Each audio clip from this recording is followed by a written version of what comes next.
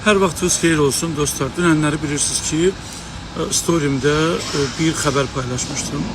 Buradan gənc müğənnilərə, efirlərə pul verib çıxan müğənnilərə demək istəyirəm ki, hər birinizin haqqı var, efirlərə çıxasınız, özünüzü reklam edəsiniz.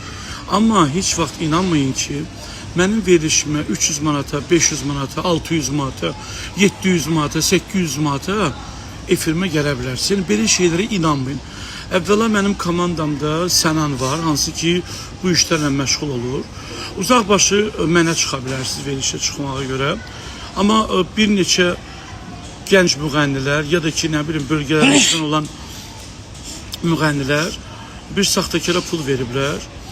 Və bildiyimə görə bu Xəzər televiziyasında prodüserlərin adından istifadə olunub. İndi mən Bakıda yoxam.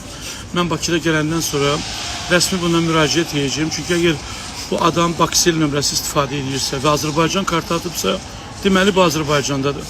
Bu dələduzluğa görə tapılmalıdır. Azərbaycandadırsa həbs olunmalıdır. Ona görə də mən gələndən sonra vəkillərimə müraciət edəcəyim.